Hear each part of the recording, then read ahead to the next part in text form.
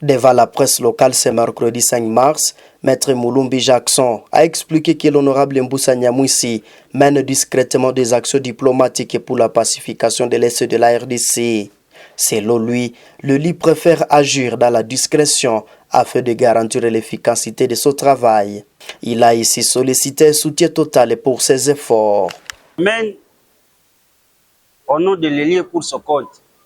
Ou à d'autres termes, c'est l'Élie lui-même qui est en train de mener des consultations, voir les structures, différentes structures des organisations ici, humanitaires, sanitaires, même judiciaires, à travers ma personne.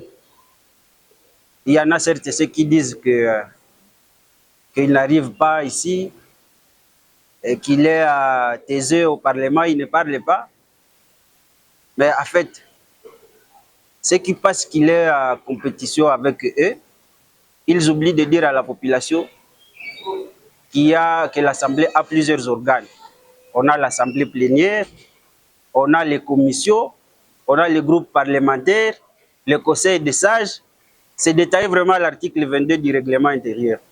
Et Mzee Mboussa Nyamwisi, il intervient dans les commissions parlementaires et le plus souvent dans les commissions sécuritaires parce que ce sont les commissions où la personne ne peut pas commencer à avoir une incontinence verbale au risque de mettre dehors les secrets de face.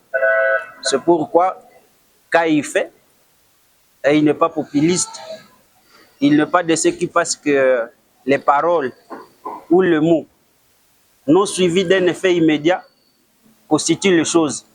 Parce que les paroles et le mot qui ne sont pas suivis directement d'un effet immédiat, ce sont des mots en fait qui sont perdus. Mais Mzee Mboussa Nyamwisi, lui, il se met là, il travaille. Ça, cette sorte de compétition de ceux qui pensent que c'est en apparaissant dans les plénières. Interrogé sur la présence des forces ougandaises, UPDF dans la région de Beni-Lubero, Maître Mulumbi Jackson a réaffirmé le soutien de son mandat à l'opération conjointe Souja.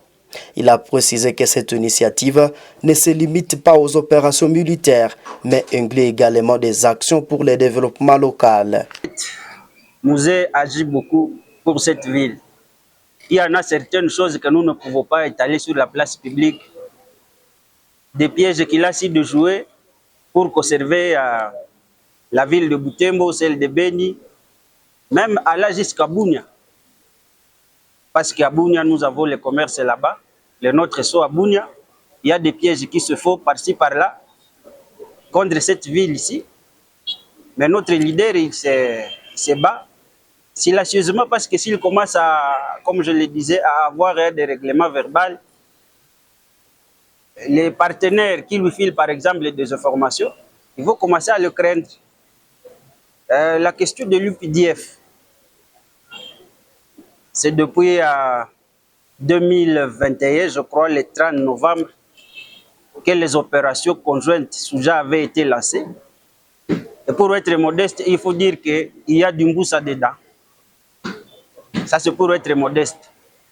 Dernièrement ici, au lieu que lui puisse faire des tweets, c'est plutôt le président de la République ougandaise qui lui-même a pris l'initiative pour dire aux gens que l'honorable député Antipas Mboussa Nyamwisi, élu de Butembo, a été ici et nous avons discuté de différentes voies d'ici pour la pacification de la région et permettre à nos populations de faire le commerce librement. Donc, il y a du Mboussa dans cette histoire-là.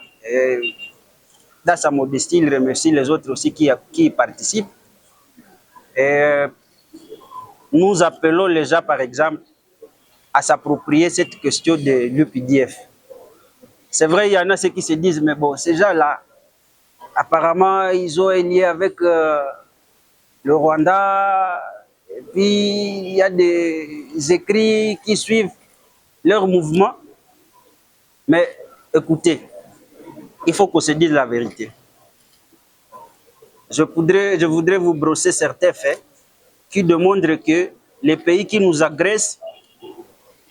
L'assistant parlementaire de Mboussa Nyamwisi organisera bientôt des rencontres face à face avec la population de Butembo.